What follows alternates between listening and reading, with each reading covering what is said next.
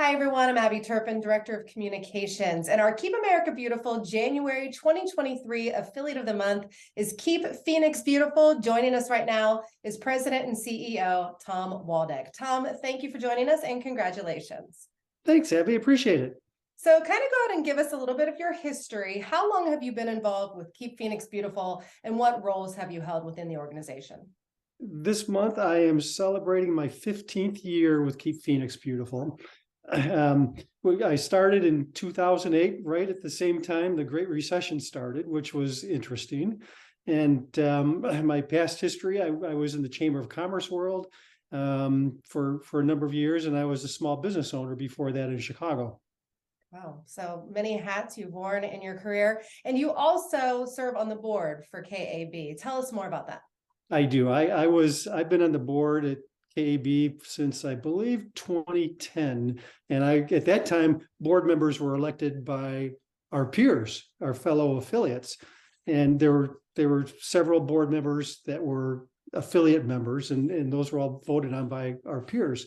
And I was immediately put on the executive board because there was an opening, and we were going through a lot of changes at the time, and then all of a sudden the treasurer spot opened up, and my education is in accounting, so I became the treasurer for a number of years, actually until just last year. So now I want you to take us much further back. Really, in your lifetime, when did your passion for taking care of the environment begin?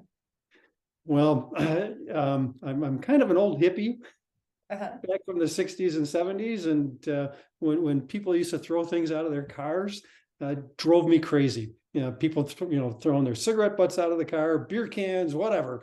Back in the early days in the Chicago area where I grew up, we started recycling, and we had those bins out on the driveway, one for glass, one for plastic, one for newspaper. And I've been doing things like that pretty much since I was a kid. Very impressive. All right, so you guys won a 2020 Innovation Award. Tell us about that particular project. That was a project we did with the Sikh community, beautiful community here in Phoenix. They were celebrating their founder's 550th birthday, and they approached who was Mayor Stanton at the time, he is now Congressman Stanton, about an idea where they wanted to plant 550 trees in honor of their founder. And they brought us in, first to be the fiscal agent for this, and second to work with and organize the city departments. There's challenges with planting trees in Phoenix, and we needed to make sure these trees lived on. We ended up planting 850 trees.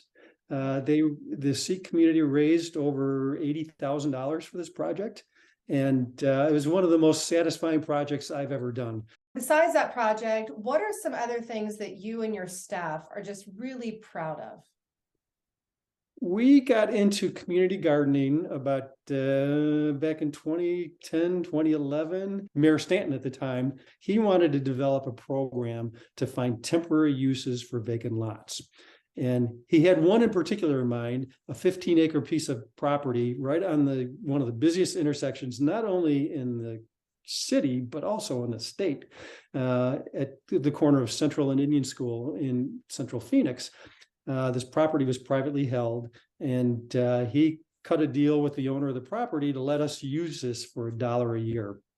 And we partnered with organizations like the International Rescue Committee, the veterans organizations, Boy Scouts, Girl Scouts, local high schools, you name it. We partnered with them to farm this property, to do community gardens in it.